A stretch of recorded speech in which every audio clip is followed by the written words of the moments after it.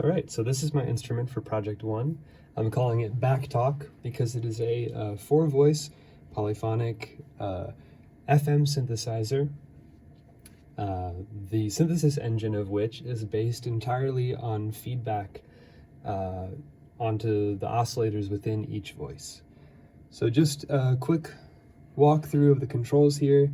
On the very left-hand side is the master volume control.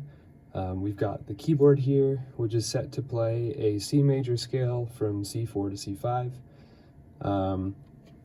And then we have the two main control sections. So up here, we've got the modulation controls.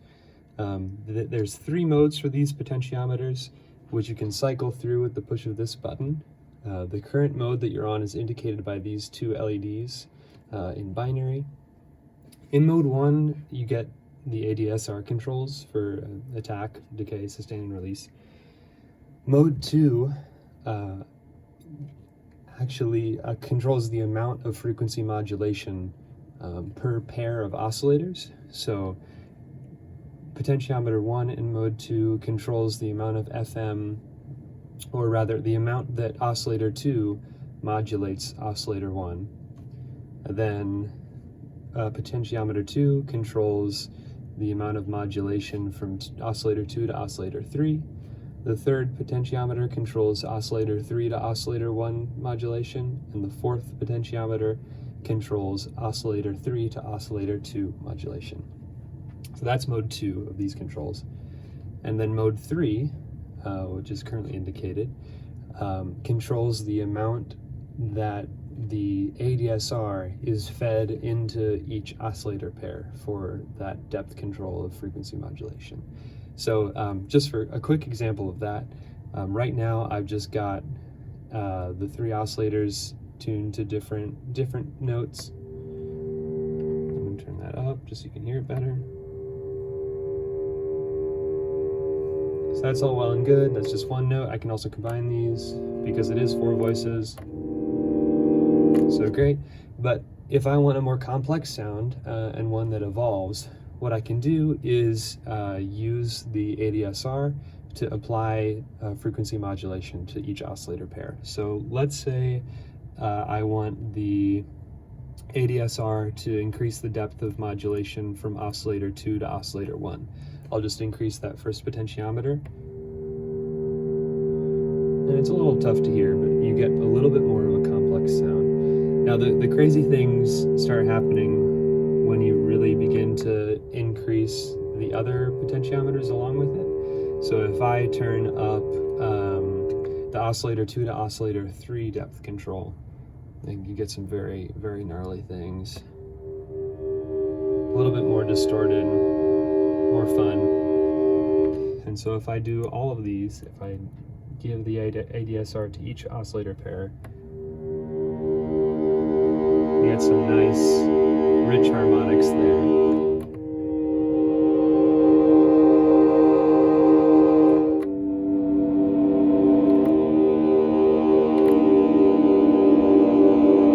Yeah, so cool stuff. But if I don't want any of that, I can just turn it all down. But I think I'm going to keep the oscillator 2 to oscillator 1 modulation for now. Well, actually, we're just going to turn it off for the sake of simplicity. So I'm going to go back to my first mode, and now I'll talk about this final control section. So this is the oscillator controls. Since there are 3 oscillators per voice, we've got a single potentiometer for each oscillator. This control section also has 3 modes. The first mode is simply the level of each oscillator, so how much of the oscillator's output gets sent to the output of the instrument. So if I turn all of them down except for oscillator 1, I need to actually increase the sustain level here.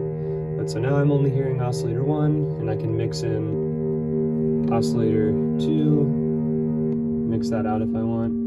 So I'm only hearing oscillator 2 and oscillator 3. Now I've got them tuned roughly to harmonics right now. But that's our first mode, is oscillator level. And if I I go ahead and switch on over, now things are going to go a little crazy because when I switch modes, the values do snap to where the potentiometers are currently. But the second mode is tuning, so I'm going to go ahead and put them roughly into some more nice sounding intervals. Oh boy. So that's a little nicer. I'm partial to that. So we can keep that there. This just tunes each oscillator in half steps using MIDI codes, so pretty standard stuff.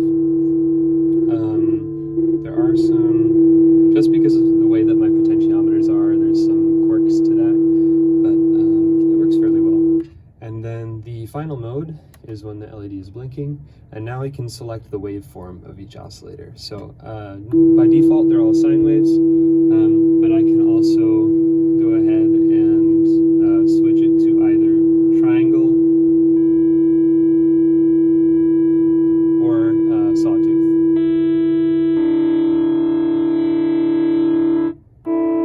Yeah, so those are the three wave types, and those are all of my oscillator controls. So I'm going to go ahead and switch back to leveling. So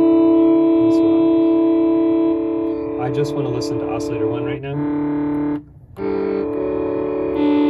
Now granted, once again, because of the way my potentiometers are, I can't fully mix out any of the oscillators. That's something that I could fix in software, but I kind of like how it functions without it. You always get a little bit of each oscillator. Now granted, the frequency modulation section is totally separate of the audio output level of each oscillator. So there are two, in software there's two outputs for each oscillator. One of them is sent to audio and one of them is fed back to the other oscillators, completely independent of what the level is. So that means you get the same modulation level no matter how much of that oscillator you actually want to hear. So to illustrate that, I'm going to switch over to, I'm actually going to change back to, I'm going to go through here, let's see, we'll keep these turned down, but I'm going to move over and set the range here.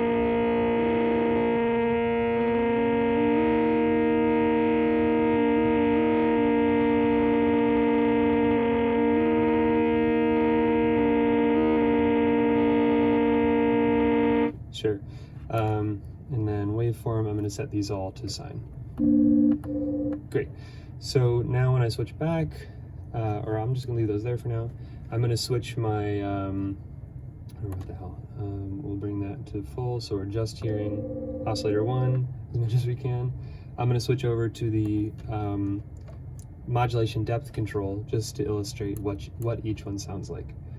So it's pretty standard FM. I'm just going to hold down a note and I'll turn up the oscillator 2 to oscillator 1 control. And it's a little bit difficult to detect over the speaker. We are getting a little bit of a difference. Things get a little bit wackier when you turn on oscillator 2 to oscillator 3. And then oscillator 3 to oscillator 1. It's not giving us much, which I'm not totally sure why. But oscillator 3 to oscillator 2 is also giving us quite a bit. We're getting some good cross modulation there. But yeah, once again, if in that third mode, you can control how much of each one you get with the ADSR.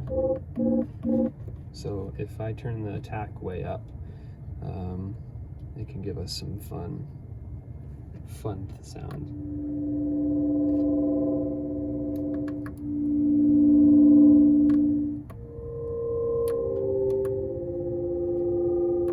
So if we bring up the level here. Yeah, so that is BackTalk. It's a fun little synth. I'm still learning the ins and outs of it, but it's capable of producing some pretty gnarly sounds and some pretty musical ones as well.